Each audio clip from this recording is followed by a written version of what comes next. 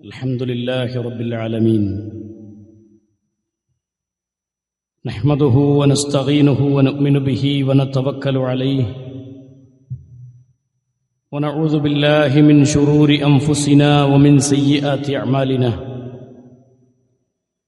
من يهده الله فلا مضل له ومن يضلل فلا هادي له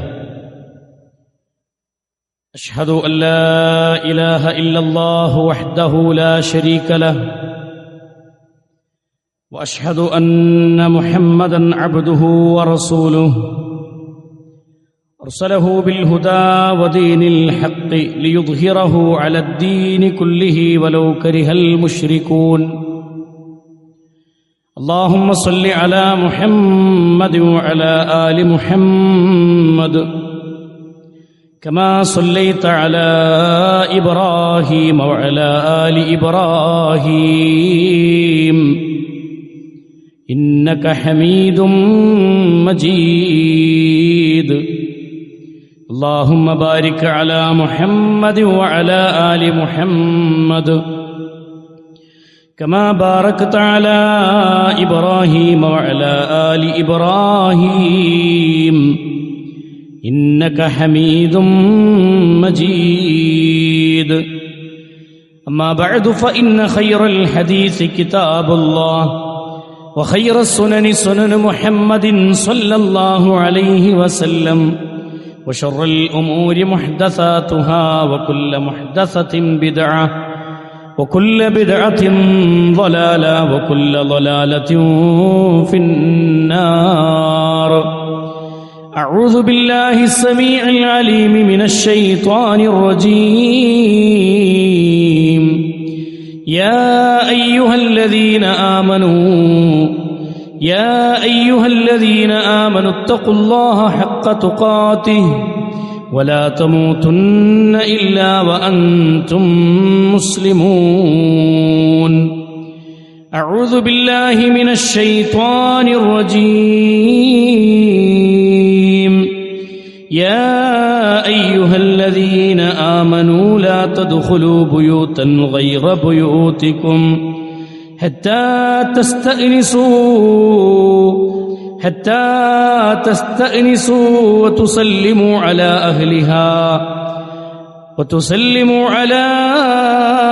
أهلها ذلكم خير لكم لعلكم تذكرون.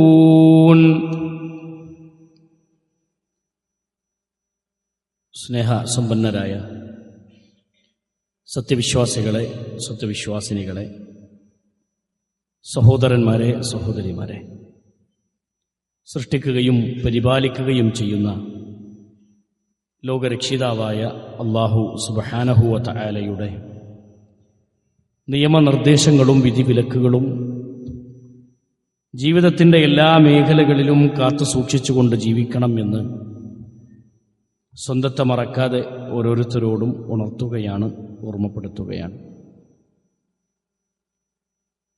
വിശ്വാസികളുടെ ജീവിതത്തിൽ നന്മയിലേക്ക് വിരൽ ചൂണ്ടുന്ന എല്ലാ കാര്യങ്ങളിലും ശ്രദ്ധ ചെലുത്തിക്കൊണ്ട് പുണ്യങ്ങൾ നേടിയെടുക്കാൻ പരിശ്രമിക്കുന്നവനാണ് ഒരു വിശ്വാസി എന്ന് പറഞ്ഞാൽ. അതോടൊപ്പം തന്നെ ഒരു വിശ്വാസിയുടെ ജീവിതത്തിലേക്ക് യോജിക്കാത്ത, ഉണ്ടാകാൻ പാടില്ലാത്ത പ്രവർത്തനങ്ങൾ പരിപൂർണമായും ഒരു വിശ്വാസി തൻ്റെ ജീവിതത്തിൽ നിന്ന് ഉപേക്ഷിക്കേണ്ട ഏറ്റവും ഗൗരവമേറിയ ചില പ്രവർത്തനങ്ങളെ സംബന്ധിച്ച് പരിശുദ്ധ ദീനുൽ ഇസ്ലാം വളരെ വ്യക്തമായി നമ്മുടെ മുന്നിൽ വിശദീകരിച്ചു തരുന്ന ചില ദുസ്വഭാവങ്ങളുണ്ട്. ഒരു മുഅ്മിനിന്റെ ജീവിതത്തിൽ ഉണ്ടാവാൻ പാടില്ലാത്ത ദുസ്വഭാവങ്ങൾ. അതിൽ നിന്ന് ഏറെ ശ്രദ്ധ പാലിക്കണമെന്ന് പരിശുദ്ധ ദീനുൽ ഇസ്ലാം ഗൗരവത്തോടുകൂടി ഉണർത്തിയിട്ടുണ്ട്. അങ്ങനെ എണ്ണിപ്പഠിപ്പിച്ച ഒട്ടനവധി വിഷയങ്ങളിൽ വളരെ സുപ്രധാനമായൊരു 3-4 കാര്യങ്ങൾ. ഒന്ന്, അള്ളാഹുവിന്റെ റസൂൽ സല്ലല്ലാഹു അലൈഹി വസല്ലമ പഠിപ്പിച്ചു തന്നതാണ്, നിങ്ങളൊരു അന്യരുടെ വീട്ടിലേക്ക് നിങ്ങൾ പ്രവേശിക്കുന്ന സമയത്ത് നിങ്ങൾ എങ്ങനെ പ്രവേശിക്കണം. അന്യന്റെ സ്വകാര്യതയിലേക്ക് എത്തി നോക്കുന്ന അല്ലെങ്കിൽ അതിലേക്ക് ചെവി കൊടുക്കുന്ന ഒരു സ്വഭാവം ഒരു വിശ്വാസിയുടെ ജീവിതത്തിൽ ഉണ്ടാകാൻ പാടുണ്ടോ ഇല്ലേ എന്നുള്ളതൊക്കെ അല്ലാഹുവിന്റെ ദീന് വ്യക്തമായി നമുക്ക് പഠിപ്പിച്ചു തന്നിട്ടുള്ള കാര്യമാണ്. ഞാൻ തുടക്കത്തിൽ ഓതി വെച്ച വചനം പരിശുദ്ധ ഖുർആനിലൂടെ 24-ാമത്തെ അധ്യായം അതിന്റെ 27-ാമത്തെ വചനത്തിൽ അല്ലാഹു പഠിപ്പിച്ച വാചകമാണ്. അതിലൊന്ന് ഏറ്റവും പ്രധാനമാണ് മറ്റുള്ളവന്റെ വീട്ടിലേക്ക് എത്തി നോക്കുന്ന സ്വഭാവം. ചില മനുഷ്യന്മാരുടെ ജീവിതത്തിൽ നിലനിന്നുകൊണ്ടിരിക്കുന്ന ചില ദുസ്വഭാവങ്ങളുടെ കൂട്ടത്തിൽ ഒന്നാണ്. പോകുന്ന വഴിയിലാണ് തന്റെ അയൽവാസിയുടെ വീടെങ്കിൽ അയൽവാസിന്റെ പെരീക്കൊന്ന് വെറുതെ എത്തി നോക്കുന്നൊരു ദുസ്വഭാവം. അത് ഒരു വിശ്വാസിക്ക് യോജിച്ചതല്ല, പാടുള്ളതല്ല എന്ന് പരിശുദ്ധ ദീനുൽ ഇസ്ലാം വ്യക്തമായി പഠിപ്പിക്കുന്നു. അതുപോലെ തന്നെ അനുവാദം ചോദിക്കാതെ മറ്റുള്ളവന്റെ വീട്ടിലേക്ക് തള്ളിക്കയറി പോകുന്ന ചില സ്വഭാവങ്ങൾ, അത് അയൽവാസിയുടെ വീടാകട്ടെ ഇനി കുടുംബങ്ങളുടെ തന്നെ വീടാകട്ടെ, അവിടേക്ക് പ്രവേശിക്കുന്ന സന്ദർഭങ്ങളിൽ ചില മര്യാദകൾ കാത്തു സൂക്ഷിക്കണമെന്നൊക്കെ അല്ലാഹുവിന്റെ ദീന് നമുക്ക് പഠിപ്പിച്ചു തരുന്നുണ്ട്. സ്വന്തം വീട്ടിൽ തന്നെ ഭാര്യയും ഭർത്താവുമായി കഴിയുന്ന മക്കളുടെ റൂമിലേക്ക് പ്രവേശിക്കണമെങ്കിൽ ഒരു വാപ്പ വാതിൽ തട്ടി സലാം പറഞ്ഞിട്ട് വേണം പോകാൻ എന്നുള്ളതിന്റെ ദീന് പഠിപ്പിക്കണം. ഉമ്മയും വാപ്പയും കിടക്കുന്ന റൂമിലേക്ക് പ്രവേശിക്കണമെങ്കിൽ ഒരു മക്കൾ അടച്ചിട്ട റൂമിലേക്ക് പോലും തള്ളിക്കയറരുതെന്ന് ദീന് പഠിപ്പിക്കുന്നുണ്ട്. അത് ഇസ്ലാം പഠിപ്പിക്കുന്ന ചില ചിട്ടകളുടെ മര്യാദകളുടെ ഭാഗമാണ്. അത് സ്വഭാവവുമായി ബന്ധപ്പെട്ട് ഏറെ ശ്രദ്ധിക്കേണ്ട വിഷയമാണെന്ന് പരിശുദ്ധ ദീനുൽ ഇസ്ലാം പഠിപ്പിക്കുന്നത് കാണാം. പരിശുദ്ധ ഖുർആനിലൂടെ അല്ലാഹു സുബ്ഹാനഹു വ തആല പഠിപ്പിക്കുന്ന വാക്യതാണ് 24-ാമത്തെ അധ്യായം അതിന്റെ 27-ാമത്തെ വചനം. ഞാൻ തുടക്കത്തിൽ ഓതി വെച്ച വചനം അതാണ്. യാ അയ്യുഹല്ലദീന ആമനൂ, സത്യവിശ്വാസികളെ, ലാ തദ്ഖുലൂ ബുയൂതൻ ഗൈറ ബുയൂതികും, ലാ തദ്ഖുലൂ ബുയൂതൻ ഗൈറ ബുയൂതികും, നിങ്ങൾ നിങ്ങളുടേതല്ലാത്ത വീടുകളിലേക്ക് നിങ്ങൾ പ്രവേശിക്കുന്ന സമയത്ത്, മറ്റുള്ളവരുടെ വീടുകളിലേക്ക് നിങ്ങൾ പ്രവേശിക്കുന്ന സമയത്ത് ഹത്താ തസ്തഇസിനൂ ഹത്താ തസ്തഇനിസൂ, അനുവാദം ചോദിക്കണമെന്നാണ് അല്ലാഹുവിന്റെ ദീൻ പഠിപ്പിച്ചത്. അല്ലാഹു പഠിപ്പിക്കുന്ന വാക്കെന്താ? അനുവാദമില്ലാതെ നിങ്ങൾ അവിടേക്ക് പ്രവേശിക്കാൻ പാടില്ല. വാതിൽ കുറച്ച് തുറന്നിട്ടുണ്ടെന്ന് കരുതി അവിടെ കയറി ചെല്ലരുതെന്നാണ്. അത് ഒരു മര്യാദയാണ്. മാത്രമല്ല പരിശുദ്ധ ദീനുൽ ഇസ്ലാം പഠിപ്പിച്ചത് വതുസല്ലിമൂ അലാ അഹ്ലിഹാ,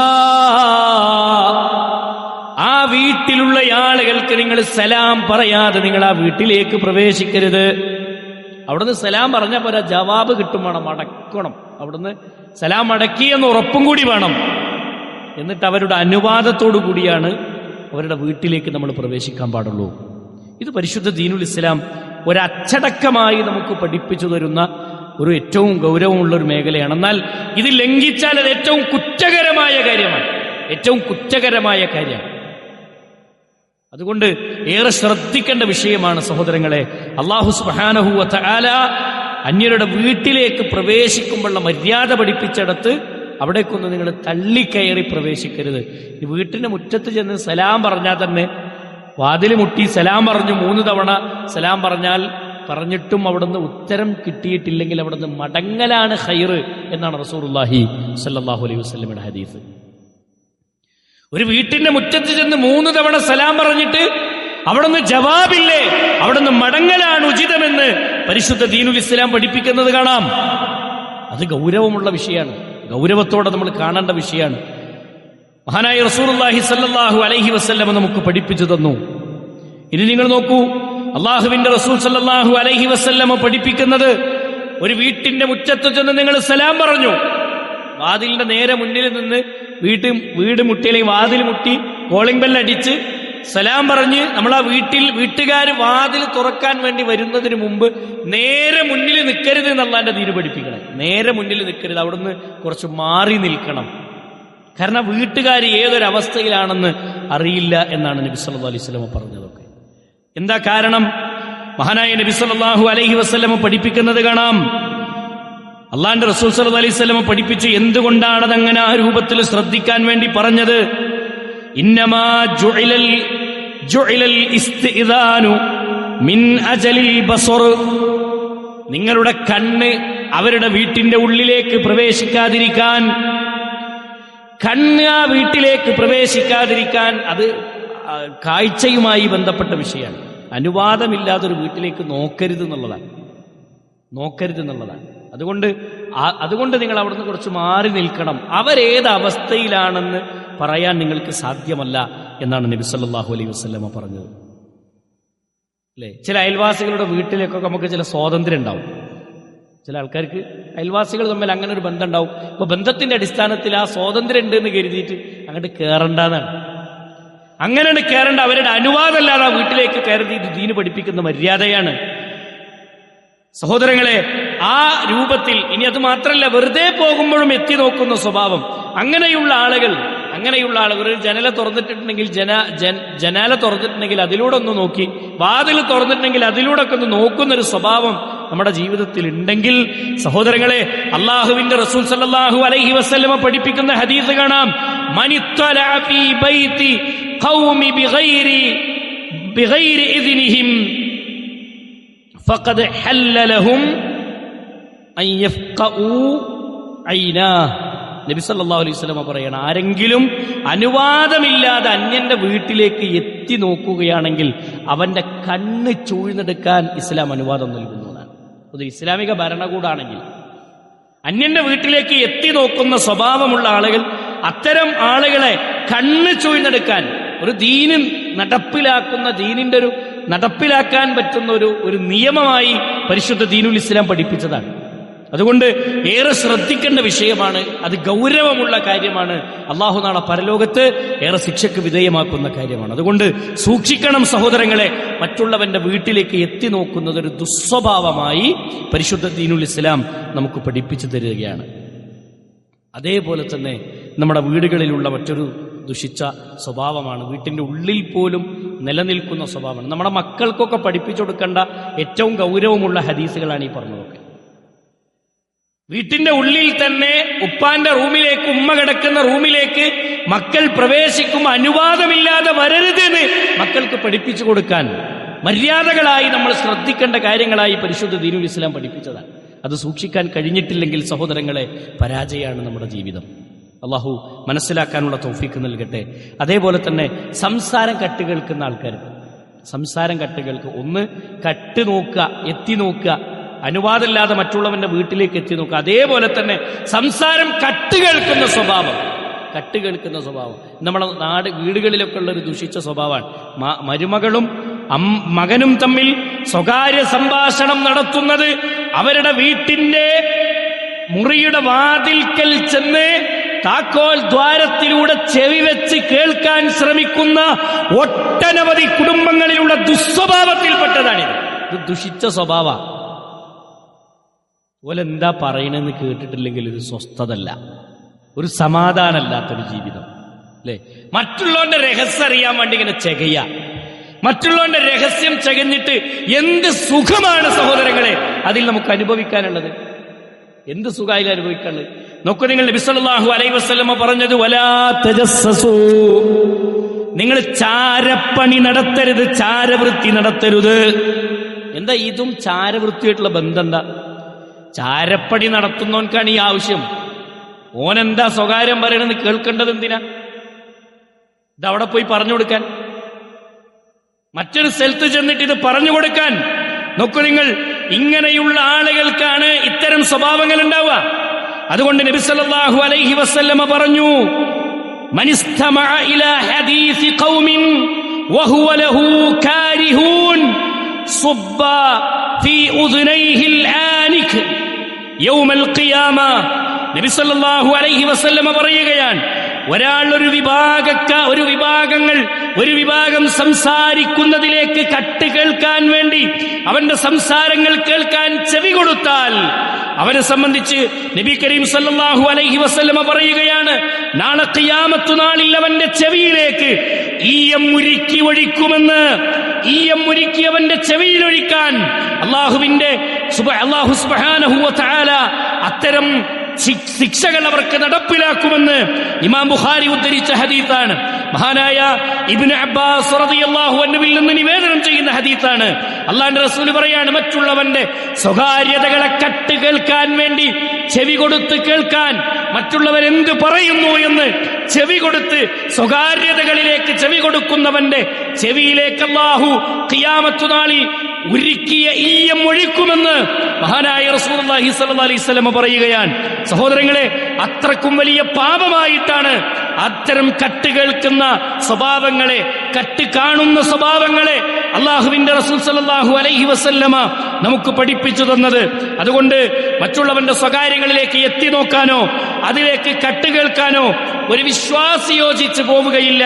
മറിച്ച് അതിലൊക്കെ ഒരു രസം കിട്ടുന്നതാർക്ക, അതിലൊക്കെ ഒരു ഹരം കിട്ടുന്നതാർക്ക, അത്തരം പ്രവർത്തനങ്ങളിലേക്കൊക്കെ ഒരു ഹരം കിട്ടുക.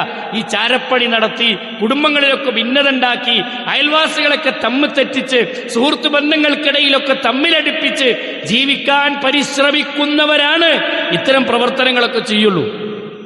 അത്തരം ദുസ്വഭാവങ്ങളിൽ സഹോദരങ്ങളെ, 5 നേരം നിസ്കരിക്കുന്ന, ഇബാദത്തുകൾ ചെയ്യുന്ന, സ്വർഗം പ്രതീക്ഷിക്കുന്ന ഒരു വിശ്വാസി ഇടപെടുകയില്ല എന്ന് തിരിച്ചറിയാൻ നമുക്ക് കഴിയണം.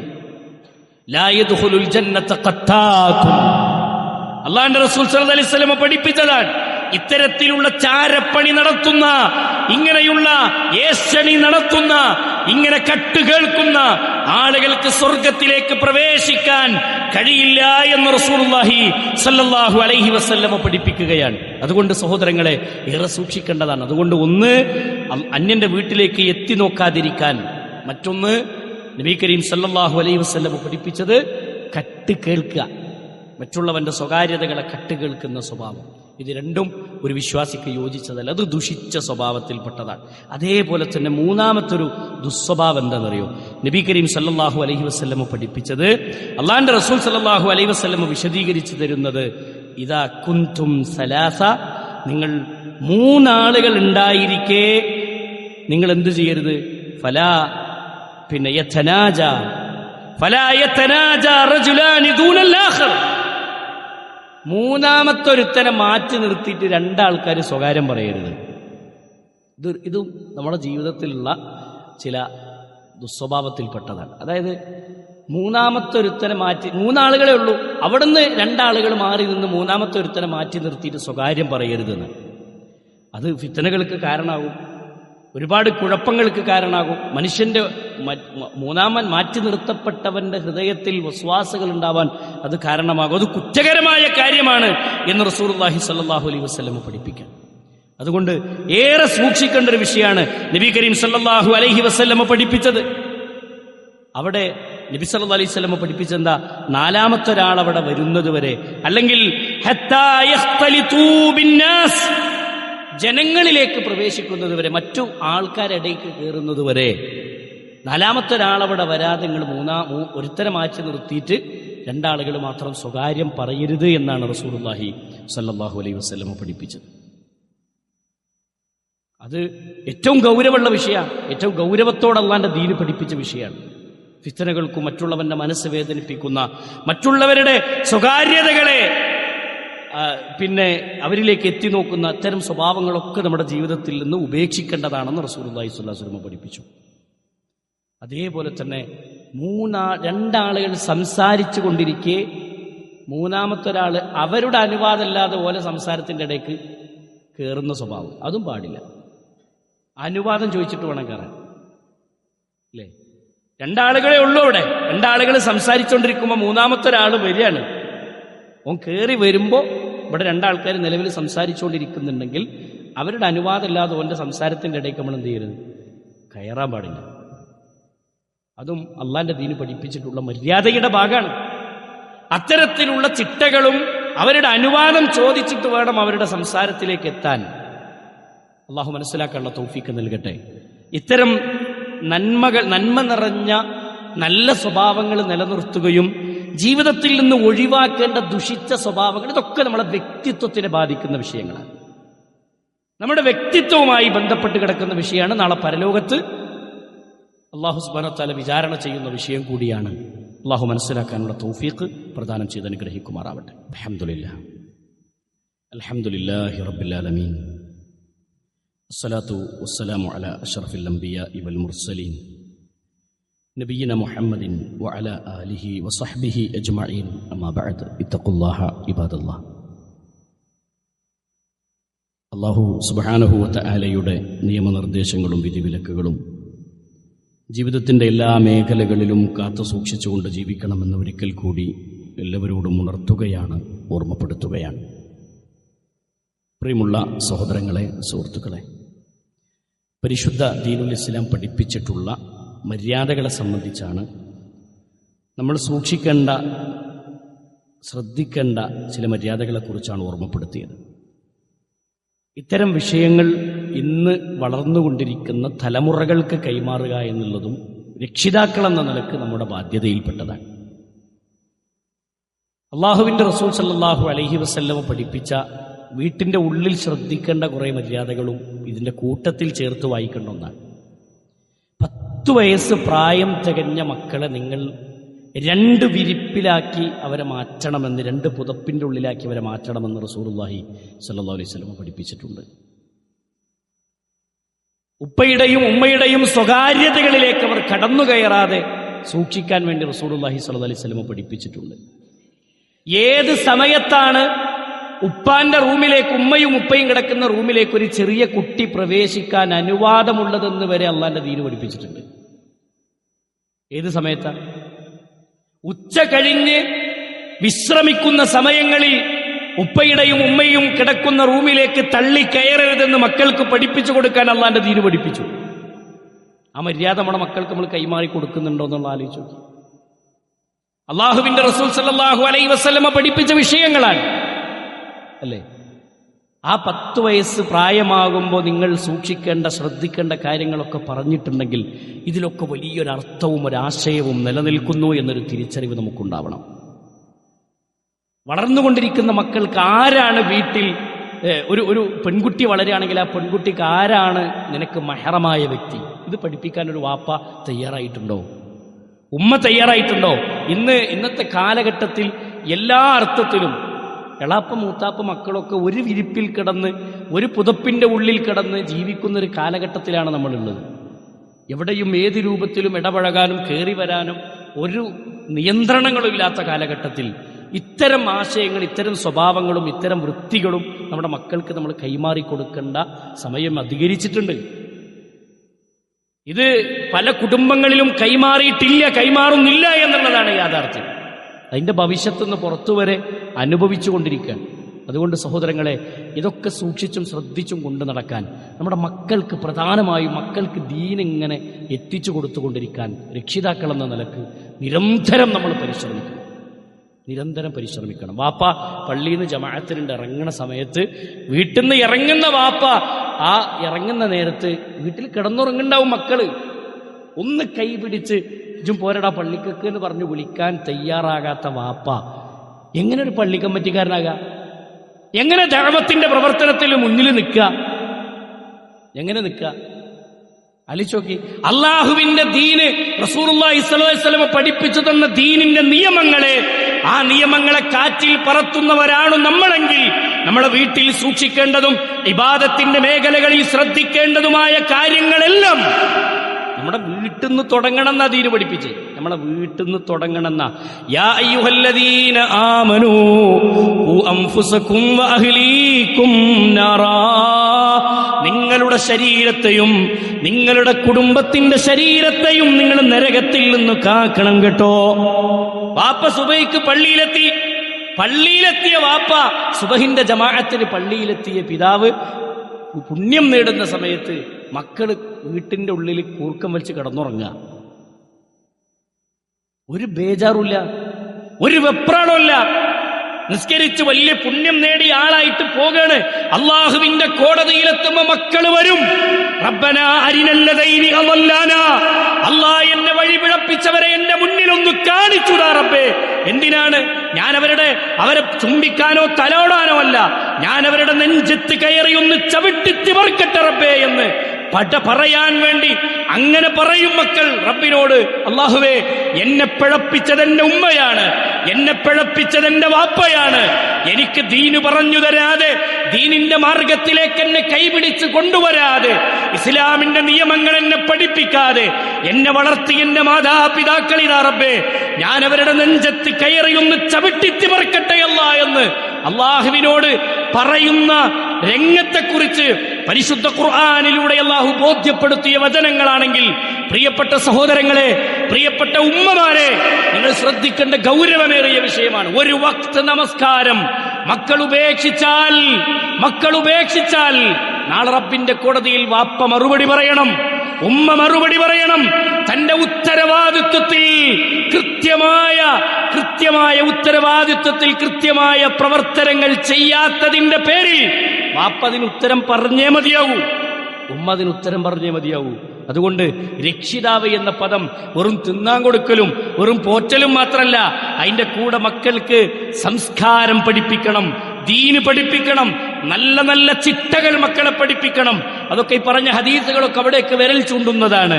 ഇബാദത്തിന്റെ കാര്യം അതുപോലെ ശ്രദ്ധിക്കേണ്ടതാണ്. സഹോദരങ്ങളെ, നാളെ നമ്മുടെ പള്ളിയിൽ വാപ്പ നിസ്കരിക്കാൻ വരുന്നുണ്ടോ? വീട്ടിൽ ആൺകുട്ടിയും ആ പള്ളിയിൽ ഉണ്ടാവണം, ജമാഅത്തിനുണ്ടാവണം. ദീനിന്റെ ദഅവാ പ്രവർത്തനങ്ങളിൽ നമ്മുടെ മക്കൾ ഉണ്ടാവണം. നാട്ടിലൊരു ഖുർആൻ ക്ലാസ് നടക്കുന്നുണ്ടെങ്കിൽ ആ ഖുർആനിന്റെ പഠന സംരംഭത്തിൽ നമ്മുടെ മക്കളും കണ്ണി ചേരണം. ഉണ്ടോ എന്ന് സ്വയം പരിശോധനയ്ക്ക് വിധേയമാക്കുക.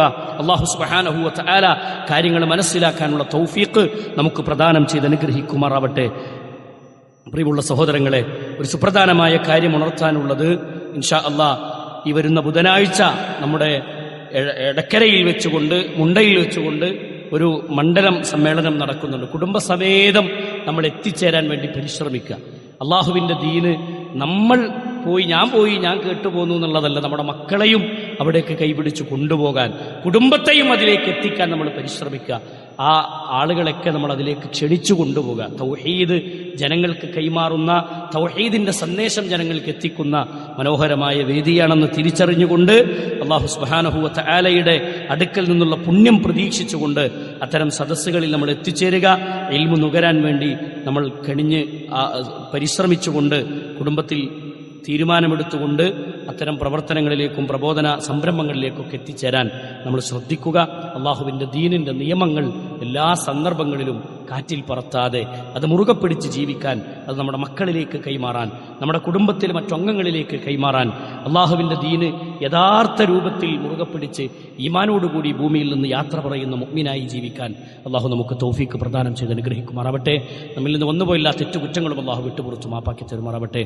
അസുഖം ബാധിച്ച് കിടക്കുന്ന ഒട്ടനവധി ആളുകളുണ്ട്. അള്ളാഹു ഷിഫാഉൻ ആജിലിനെ പ്രദാനം ചെയ്ത് അനുഗ്രഹിക്കുമാറാവട്ടെ. അള്ളാഹു സുബ്ഹാനഹു വ തആല നമ്മുടെയൊക്കെ ജീവിതത്തിലുള്ള ചെറുതും വലുതുമായ എല്ലാ പരീക്ഷണങ്ങളും പ്രശ്നങ്ങളും അള്ളാഹു നമ്മിൽ നിന്ന് അകറ്റിത്തരുമാറാവട്ടെ. സമാധാനം നിറഞ്ഞൊരു ജീവിതം ഈ ഇഹലോകത്തും അതിലുപരി പരലോകത്തും അള്ളാഹു നമുക്ക് നൽകി അനുഗ്രഹിക്കുമാറാവട്ടെ. നാളെ എരിവരി കൊള്ളുന്ന വെയിലത്ത് അർശിന്റെ തണൽ ലഭിക്കുന്നവരുടെ കൂട്ടത്തിൽ അള്ളാഹു നമ്മെ ഉൾപ്പെടുത്തി അനുഗ്രഹിക്കുമാറാവട്ടെ. അല്ലാഹു മഗ്ഫിറിൽ മുഅ്മിനീന വൽ മുഅ്മിനാത്ത് വൽ മുസ്ലിമീന വൽ മുസ്ലിമാത്ത് അൽഅഹ്യാ മിൻഹും വൽ അംവാത്ത് ഇന്നക മുജീബു ദഅവാതി യാ ഖാദിൽ ഹജാത്ത്. ربنا تقبل منا ربنا تقبل منا ربنا تقبل منا إنك أنت السميع العليم وتب علينا إنك أنت التواب الرحيم آمين آمين برحمتك يا أرحم الراحمين وصلى الله على محمد وعلى آله وصحبه أجمعين والحمد لله رب العالمين.